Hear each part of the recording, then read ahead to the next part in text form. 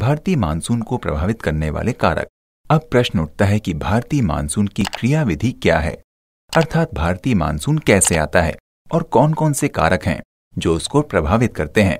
रूसी तथा भारतीय विज्ञानियों के संयुक्त तत्वावधान में मानसून एक्सपेडिशन यानी मॉनेक्स 1973 में प्रारंभ हुआ, जिसके तहत हिंद महासागर तथा अरब सागर में विभिन्न अत्याधुनिक उपकरणों के माध्यम से मौसम संबंधी दशाओं के विषय में विभिन्न नई जानकारियां जुटाई गईं।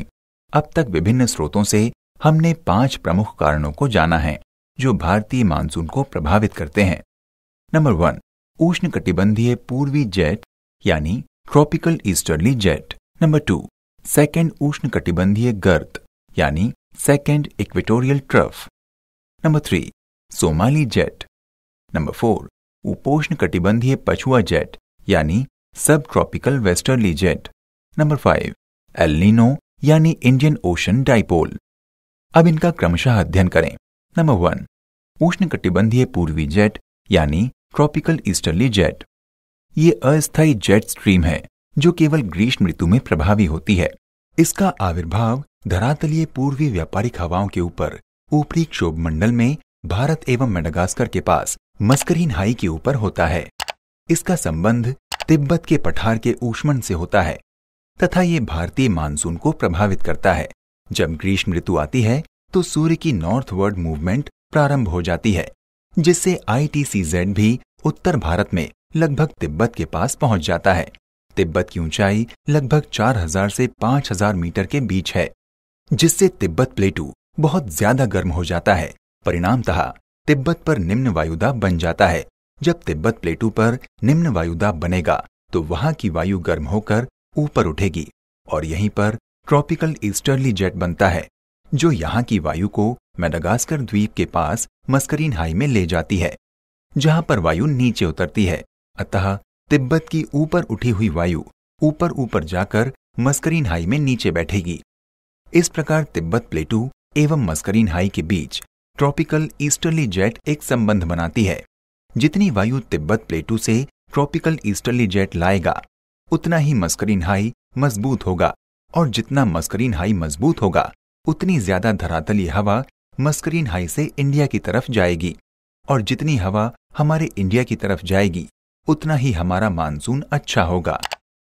नंबर 2, सेकेंड उष्णकटिबंधीय गर्त यानी second equatorial trough. Equatorial region में हिंद महासागर में लो प्रेशर सेल बने होते हैं। जब ग्रीष्म ऋतु आती है तो सूर्य की नॉर्थवर्ड मूवमेंट होती है, जिसके साथ साथ ITCZ भी नॉर्थवर्ड मूव करता है, जिसके साथ साथ हिंद महासागर में बने लो प्रेशर सेल भी ITCZ के साथ नॉर्थवर्ड मूव करते हैं। जितनी मजबूती के साथ ये लो प्रेशर सेल उत्तरी भारत यानी तिब्बत के पास बनेंगे, उतना ज्यादा ये मस्करीन हाई से धरातलीय हवा को हमारे इंडिया की तरफ आकर्षित करेंगे।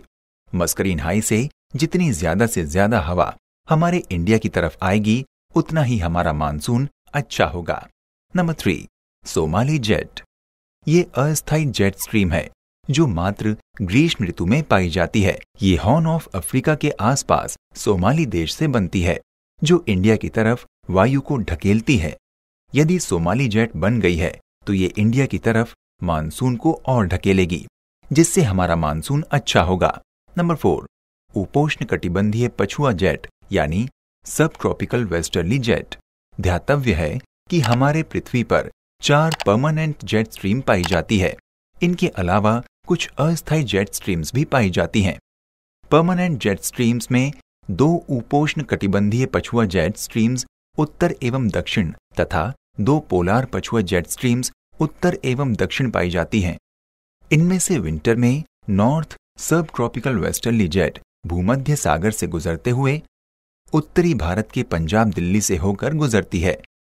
लेकिन जब ग्रीष्म ऋतु प्रारंभ होती है तो सूर्य नॉर्थवर्ड जाना प्रारंभ करता है, जिससे ITCZ भी नॉर्थवर्ड जाएगा, अर्थात सभी प्रेशर सिस्टम एवं विंड सिस्टम नॉर्थवर्ड जाना प्रारंभ कर देते हैं।